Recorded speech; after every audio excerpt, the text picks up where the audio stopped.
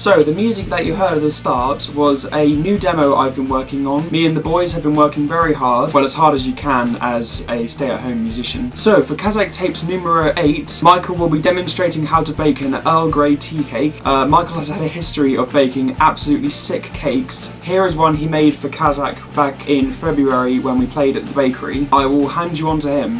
Hello, so I'm going to be making a Earl Grey tea cake, and the first step for that is to get milk and an Earl Grey tea bag and to put them on the stove until the milk boils. The milk's kind of coming to a boil and it's gone a weird beigey colour because of the tea we're using. So the Earl Grey milk is done. It looks like tea and I'm going to put it in the fridge to chill.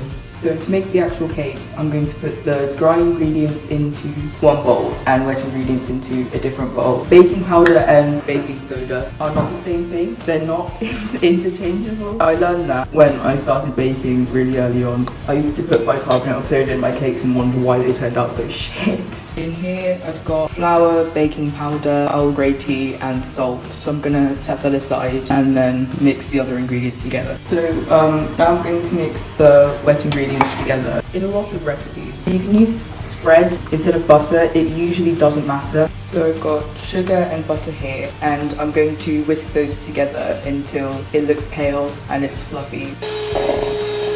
So at this point the mixture looks really frothy and it's basically all liquid. So I'm going to start adding the dry ingredients now. The mix is ready, so I've started adding eggs. I've added 1 egg so far.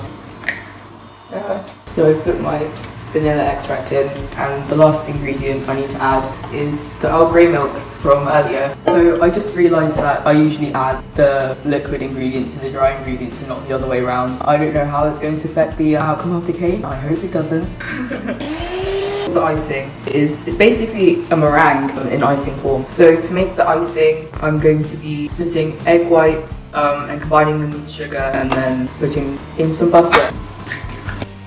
So you know that the meringue's ready when the whisk looks like that, like the little. So now I just have to wait for it to cool down and add some butter and vanilla. It looks pretty cool. I wish I could live in it. So this is the final cake mix. This is what's going to be going into the oven. 2 separate pans and I've greased them. It's really important to not overfill them. So the cakes are out of the oven and they're cool now. So I'm going to level them so I can stack them on top of each other so I can decorate. And the cake's done. I decided to kind of etch into the top with this spoon to like make some swirls. But yeah, I finished decorating and that's it. Hello, it is Fatty, also known as Charlotte's birthday today. How do you feel about it? I feel very excited. It's even on my calendar. There's nothing else on the calendar. That's because we're in lockdown, Jack.